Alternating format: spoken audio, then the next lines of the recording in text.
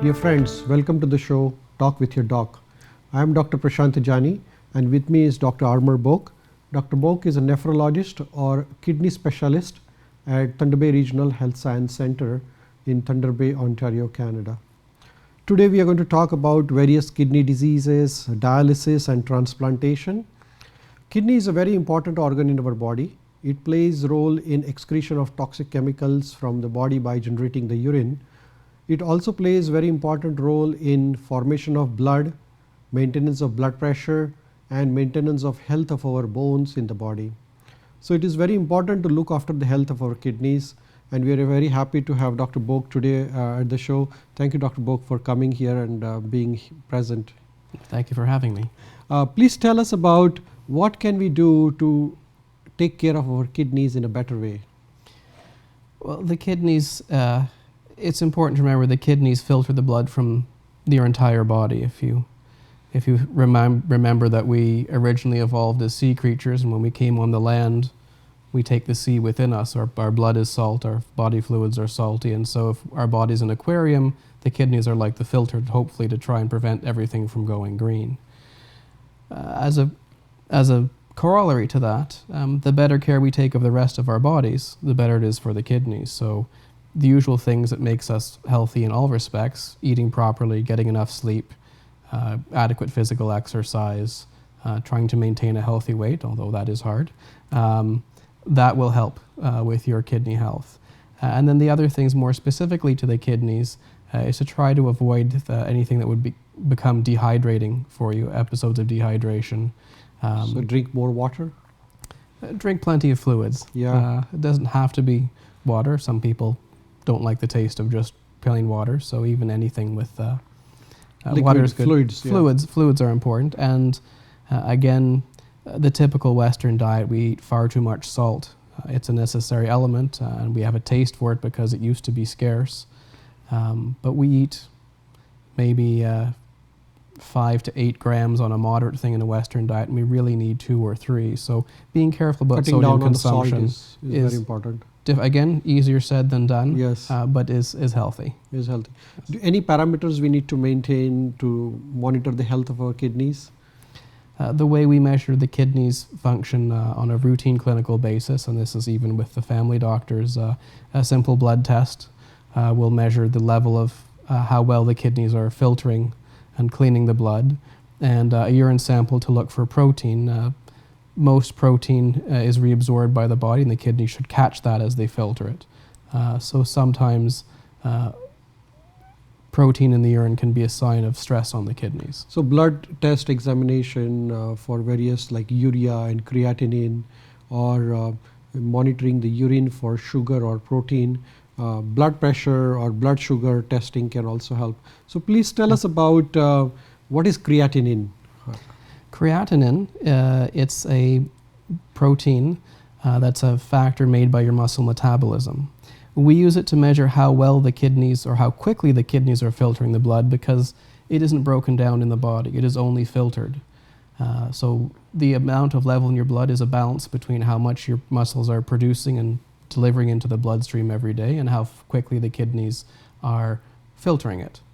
So when the creatinine level goes up, usually it's because the kidneys are slowing down and not filtering as quickly. In certain cases, if you were on a bodybuilding program and you gained a lot of muscle over a certain period of time, your creatinine level might be expected to rise because of your muscle mass. But in general, it's used, it's a sign of how quickly the kidney is filtering. So one can get creatinine or urea tested once in 6 months, once a year? How often one can do? It depends a little bit on the clinical situation. For many of our patients, particularly if they are healthy, once a year is certainly adequate. For a young, otherwise healthy adult, I would follow the same guidelines in the periodic health examination every couple of years. For people who are perhaps at higher risk of kidney disease, then perhaps more often, once a year. If somebody has a kidney disease or one kidney is removed for some reason or other, can persons survive only on one kidney? Absolutely. How long? They can survive for the rest of their life with normal kidney function. It was for this reason that we came up with the profession came up with the idea of kidney transplantation by following people who had lost kidneys. One kidney was taken out whether due to cancer or trauma, particularly in the younger people and war veterans in the wars. And then they were followed for years and years and were found, many of them lived to the end of their natural lives with normal kidney function. And this gave the confidence that a healthy person can survive with only one kidney. Yeah. It is possible to survive entire full life without any complaint, without any having problems, only on one kidney. Indeed. Some people are only born with one kidney and they live perfectly normal lives. Normal life. One has to remember, we have two kidneys. We only need really one, because you can give one away to a friend or a loved one. And even then, you probably need to lose about half of that kidney function before things are noticed. So most of what we're given is backup and reserve. And as damage happens to the kidney, what you're losing is reserve capacity. So the good news is you can sustain quite a bit of damage to your kidney. Provided you take care of that one kidney properly. Yes. By low salt and lots of fluids in the and body. keep taking care of keeping the rest of your body healthy. Right, Indeed. The corollary to that, of course, is that much kidney disease is silent, and so a lot of people will say, "But doctor, I feel fine," and it creeps up on you. It's like high blood pressure. It's what we call a silent killer. Yes. What I usually tell people is to think of it like termites. If you wait until the walls are already falling down, your house is in bad shape. And so if you have to go looking for the problem to deal with it early. Right. That's the same sort of thing with kidney disease. So sometimes kidney diseases causes failure of the kidney to work. So what are the diseases which can cause kidney failure? There's a long list. The most common causes of kidney failure in Canada, and particularly in northwestern Ontario, would be diabetes and high blood pressure. High blood pressure coupled with high cholesterol and hardening of the arteries. There are other diseases, connective tissue diseases like lupus can often affect the kidneys. There are certain diseases which cause vasculitis or inflammation of the blood vessels, and of course the kidney is full of blood vessels to filter the blood. They can be affected by those sorts of diseases. And then there are some hereditary diseases. Right. So you mentioned diabetes and blood pressure being the commonest cause of kidney failure. Yes. In North America. So just maintaining the proper blood pressure, monitoring the blood pressure and maintaining our blood sugar in a normal level can prevent the kidney failure. Is that correct? Yes.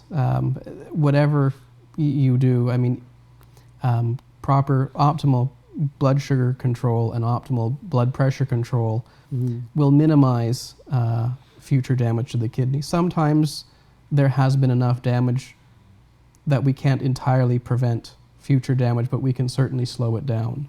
And there have been studies that have shown, for example, protein excretion is a measure of kidney damage. So the more protein is spilt into the urine, the more the kidneys are hurting. And there have been studies with diabetics that have shown that with optimal blood sugar and blood pressure control, the amount of protein in the urine decreases. And that actually has been translated into longer life of the kidneys. Thank you, Dr. Boake. We'll take a short break and we'll come back. Please stay back for the next part. Thank you.